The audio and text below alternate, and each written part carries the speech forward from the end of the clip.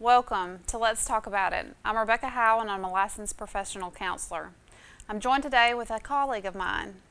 My name is Anjuli Thompson and I'm also a licensed professional counselor. And today we're going to be talking about therapy and what therapy looks like, how you can get involved in therapy, and some of the techniques that we use in therapy. So welcome back. As we're talking today about therapy, some of individuals don't really know how therapy is performed. So Anjali's here with me just to talk about some basic things that therapy entails and what it looks like for many people. So I guess I want to start really with what therapy is for me. I'm a licensed professional counselor. I also actually go to therapy myself. And what it is for me specifically is a place that I can go and I can kind of process through some of the stressors of life, some of the things that I'm not adjusting well to. And I know it sounds crazy, but sometimes you actually have to pay somebody to listen to you. Oh, yeah. And so therapy really, it's a tough question to answer because therapy really is different for every person that you come in contact with. I've been doing this since 2015, and I know you've been doing it for a long, long time. So what do you think about therapy, too, as far as what it actually is? So I think it's a great question to pose. A lot of times people will come in the office and they are fearful because they have watched movies or seen different shows on therapy and they have this image in their brain that's really not realistic. Some of it may be true, but oftentimes it's not. Different counselors bring different tools to the table. They have different skills to the table, so it really just depends on who you see. So in your practice, what do you typically do for a new person? If they're just coming in and they're kind of unsure about what's going on, what are some of the things you kind of bring to the table to let them feel comfortable and let them know that it's going to be okay? So we talk about movies, and the couch is definitely one of the things that it actually is real in my office. I have a couch, and my office is very homey. I'm a big, it's kind of like Joanna Gaines-ish. I think that the decor has a lot to do with it. I'm a big furniture person, so the environment in itself is comfortable. It's kind of warm and dark, and when people come in for the first time, you really never know what you're going to get with me. So I know in the movies too, you've got professionals that are very much like in suits and with clipboards, and you've got most of the time you hear psychologist, and so people think you're going to get a psychologist. But I might show up in gym clothes. I might show up in, you never know what I'm going to show up in, but I'm just 100% myself. And I found that as many years as I've been in private practice, the more I'm just me, the more comfortable people are when they come in for the first time. I see a lot of the time people very nervous, of course, because they don't know what to expect. Yeah. So you asked me what normally happens when you come in for the first time. It's really kind of boring. It's opening paperwork. We've got to make sure we've got all the documents signed, your demographic form. We've got to do the business part of it. And the business part of it is making sure that your insurance covers it, making sure that we've got your debit card on file, because as much as we hope, it's a business and we have to get paid. So we do all that groundwork up front. It kind of reduces some of the stress of people really thinking that they've got to come in and present all their problems right then. And once all that's settled, then we just kind of get to know each other a little bit. And every session is different. Sometimes there are crisis sessions, and you've got to quickly assess. Sometimes it's just establishing a good place that you can come in through adjustment like divorce, or I've got empty nesters. I also do play therapy stuff. So kids, that's a different ball game. There's custody stuff. So it really is, there's so many different ways to help depending on what the client brings. So some expectations people have is they have to come in that first session and tell their whole life story from the time they were born until today. And I don't think that's realistic because there's so much unpacking that you have to do. So coming in thinking that you have to spill everything is not realistic, and it's going to take time and work, and that's some of the stuff we're going to talk about after the break. What exactly does it look like to unpack some of the stuff that's happened in the past? What does it look like to for your own mental wellness? Are you tired? A lot of people say, after last session I was wore out for 2 or 3 days. Well, it takes a lot of work. Physically, if you go run a marathon, you get exhausted. If you use your brain a lot, you're going to be tired. So it's just stuff like that, expectations that people need to know going into therapy, I think would be tremendously helpful. I agree. Welcome back to Let's Talk About It. Today we're talking about therapy. I'm with Rebecca Howell, LPC, and I'm Anjuli Thompson, also an LPC. That stands for Licensed Professional Counselor. We were really talking earlier just about kind of what therapy is, working to destigmatize some of the things that people believe that the movies provide for us. And we wanted to start back after the break by talking a little bit more about getting into therapy specifically. And one of the things that I kind of use whenever I work with a lot of law enforcement officers, and that's definitely an area that's very difficult to get into. And so what I usually do is I kind of talk about the dating process. Now, finding your therapist is a dating process. Sometimes you go and you find someone that you don't feel very connected to, and if you don't feel connected to that person, the beautiful thing about your medical record and behavioral health is that at any point you can take your medical record and you can go somewhere else. I always encourage my people when they come in, it's actually an informed consent. When I'm building rapport with them, I'll say things like, this might not be a fit. At the end of the day, I don't want you to feel uncomfortable if it's not a fit for you, because we have to have a very good, close working relationship, and if we can't communicate, this won't work. So at any point, I would love for you to communicate with me if that doesn't work for you. And then I have referral sources in the area. I know a lot of other counselors that I push people to if it doesn't work. So that's almost, you can see like the stress of people kind of go down too when they realize, okay, this isn't always it. When I was younger, I was actually, my mom and my stepdad were divorcing, and I remember going into family therapy and did not like the lady.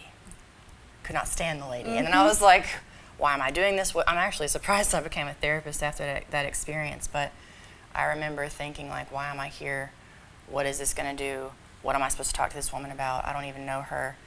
And so I can see why people get very discouraged sometimes whenever they go into therapy for the first time and it doesn't fit. So I encourage everybody, once you look at your insurance, and we'll talk a little bit more about that, to really take time to kind of interview your therapist and see if they're the right person for you. Well, and that brings up a good point too. I work for a community mental health center, and there is oftentimes individuals that will call and they'll say, I can't see this person for whatever reason anymore. And you feel for those individuals because you know that they don't have a connection with that person, or they've said something, or just, you know, some people just don't get along. Right. Sometimes in life you just don't get along with people no matter what you do, and nobody's done anything wrong.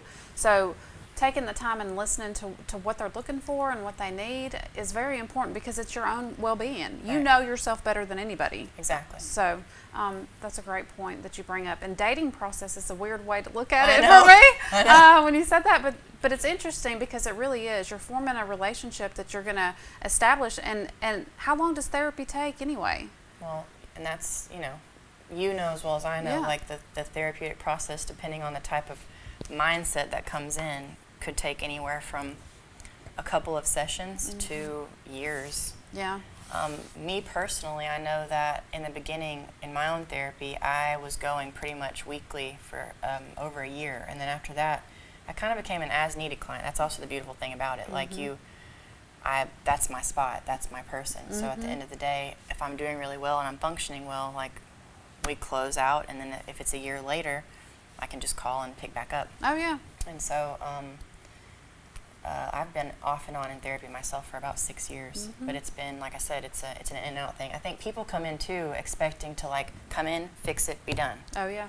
So that's another myth that definitely happens, I think, in our world, because sometimes, like you said, that dating process, that relationship that you're forming is actually a very secure bond and attachment, a place where you're unjudged, you can hear and listen to not only yourself, but then take the guidance of that professional who is not biased in your own life, and really keep that connection over time. It's really neat whenever I've got a client that hasn't come in in 3 or so years, and then they'll come back in, and they're like, I was so nervous it was going to be different, but we just pick right back up where we left off. So it's really a neat thing to see as people discontinue and come in and out of therapy, and that I really enjoy that too.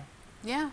And a lot of people think that you have to be at a really, really bad place or having something major happen in order to come into therapy, and it's not like that. people come to therapy for all different kinds of reasons, from children's to adults, loss, grief, divorce. It could just be that you're just simply having a stress or panic attacks that you need to overcome. I mean, what are some common things that you see in your practice? That one of the things I'm thinking about right now that was actually very uncommon that it shocked me was I work again with a lot of law enforcement officers, and I had this one in particular that came in a couple years ago. And of course, I'm ready for it, I'm like, what do we have? What's the stress? Where are we going? Let's problem solve. And I was like, okay, what are we here for? What brought you into therapy? And he says, well, nothing's wrong. And I was like, shocked, because you are so used, like you said, to people being like, my life is over. It has ended. I need help now. And he said, nothing's wrong at all. But I just know that I want to go ahead and establish a spot so that in the event, that something does come up or I do feel stressed, that I can come here and I know that I've already got my place with you. So I want to build a relationship and make sure that this is comfortable and safe for me. And I was like, who have you been talking to? That's really different. It was amazing. Yeah. So I really wish, and I've told that story. I do training, and I've told that story to a lot of the police officers that I even train, because it is nice to have. It's kind of like your primary care physician. Yeah. A lot of people neglect that too, but it's nice to have an established behavioral physician that can be there ready for you whenever or if ever something were to come up. I can honestly say that's never happened to me. It was crazy. That is different. I was shocked. That is so healthy, though, to have that in place. So going off of police officers and mental health workers, nurses, any of those paramedics, those first responders, have you seen like an increase in your practice? Yes. Okay. And it's a good and a bad thing, I feel. I know with COVID and everything, especially like the medical world and everything that's going on with them, they're the catch-all for a lot of that. And then you've got the police officers who are also a catch-all. And then, mental health workers, like we really neglect taking care of ourselves in it. Yeah. But I've definitely seen an increase. And when I say it's a good thing, I see that more people are definitely finding value in mental wellness and finding the right professional for them. But the scary part about it is we're very much like understaffed. I genuinely wish that more people would go into private practice and we could get more counselors that would stick it out and make it just so that there's tons more places to put people. It's almost overwhelming. And it's interesting you say that. I have heard more about mental health since COVID has come about than mental health was ever talked about in the past. So I think it's something that it's finally getting some recognition, which is well deserved, because we've been there in the background and we knew that we're understaffed, underpaid, all those things, but there was no light shined on it. But now people are starting to realize that, it's a lot. Yes. The world we live in has a lot that we have to deal with every day. So talking about therapy, and I know you said there's a lot of paperwork that comes into play when you first come in. So insurance and credentials and all that stuff, what does that look like when you come into private practice? So every practice is different. Yeah. The best thing that I would suggest anybody do would be, if whatever type of insurance you have, it could be Blue Cross. Primarily I accept Blue Cross, TRICARE, private pay stuff, but there's also Aetna and Cigna, and there's so many different insurance companies. So on the back of your insurance card, there's usually an eligibility line that can be reached. If you contact that number, you can ask for outpatient behavioral health services and actually get a list of your in-network providers. That's where I would start if I was anybody, just because you want to make sure that your insurance will cover it. You want to know your benefits. Now, a lot of people expect the office to manage that and do that, but I really push it more off on my clients because I need you to understand your benefits and what you have to bring in this relationship. So start there, find in-network providers, and then start calling. There's actually, Psychology Today. There's actually a website, Psychology Today, and you can go and search and look for your counselor. It's funny, when I was picking my counselor, I actually picked her because I thought she was real pretty, What? And we hit it off pretty good. Like, I really like her. So with the paperwork of that too, you've got to definitely pay a copay most of the time, depending on the policy, but all policies are so different. So sometimes we bill it for the first session and we see what the benefits are going to be coming back, and we go from there. sometimes another issue that I know that has come up that people need to understand entering in a therapeutic relationship, we are bound by certain things. Yes. So if you tell us something that can cause harm to somebody else or yourself, we have to report. So in that, signing those releases and those consents, you're consenting basically Yes. to certain individuals that can have access to your record, but you're also acknowledging that if you come in and you say that you're going to harm somebody or have thoughts of harming yourself, we have to intervene. It's an obligation that we have. I mean, there's no getting around it. Yeah. So that's just something to know as you go in, because a lot of people will be mad at you after you've disclosed something and then we've had to report it. They Right. come back and they're mad at their therapist. So I've been really good with that over the years. I pride myself in being very direct and authentic in what I have to do. So I can't tell you how many relationships I've been able to salvage, reminding them of the barriers of confidentiality when I might have to break it, and then also letting them know firsthand, like, because of these things, this is what I have to do. Would you like to be here with me as I do it, or would you like to? And I've been able to kind of save some of those relationships because they feel at least like they're in the know of what's going on, and I've seen some really good change because of that. Okay, well, I appreciate just chatting about that. We're going to go to break and we'll be back. So welcome back. So the big question on the table today is, how do I know if I need therapy, or how do I know if a loved one needs therapy? Good question. Yeah. So honestly, of course, I'm going to say I think everybody needs therapy. Yeah. Sometimes people actually even need therapy just to tolerate the people in their lives. I know that sounds kind of crazy, but therapy is, again, just a very good place. It can be very client-led. You can go in and say, I just need a spot to vent. But you also have to look at goals. So how do I specifically know? I know through symptoms, and I teach people this. Some of the things that you can look at for therapy, I start physical symptoms, to be honest, because anxiety and depression actually starts in the body. So some of the physical symptoms that you might notice yourself, which is really good, would be, rapid heart rate, difficulty sleeping. That's definitely one that I talk to a lot of people about. When your sleep is disturbed, it's often hard to manage your emotions and your mood. So sometimes you can go in to even work a sleep hygiene schedule with a counselor, because foundational stuff is important. Some other symptoms might be rapid thinking, stuff like you might feel withdrawn or isolated. Just different changes in behavior are all over the board. So like I said, everybody could benefit even just from an assessment, even if it's, again, just to establish a place to go. Yeah, I think that's really, really important. And rapid thinking and I call it being in your head. You're in your head too much. And I have to remind myself often, Rebecca, get out of your head, because we will worry ourselves, to the point where it's just totally unrealistic. So establishing some type of rapport with somebody, sometimes you just need to go in there and just, let it all out. Let them give you some tools and skills, because that's what they're there for. That's what the professional piece comes in, to process, give you tools to cope with daily living or something even more significant. So that's what we're here for. Yeah. That's what we do. And I found personally too, the symptoms, sometimes I'm very much, I'll stay busy, way too busy, because with this world, you think about social media, being a parent, all the things that we're all juggling. There are too many things, and the overwhelm is crazy. Well, I notice myself that I kind of neglect my, again, foundation. I'm very much a foundational counselor, and sometimes I even have to go in there for my counselor to remind me, hey, have you been sleeping? Hey, let's look at, like, are you taking time to slow down enough to actually eat?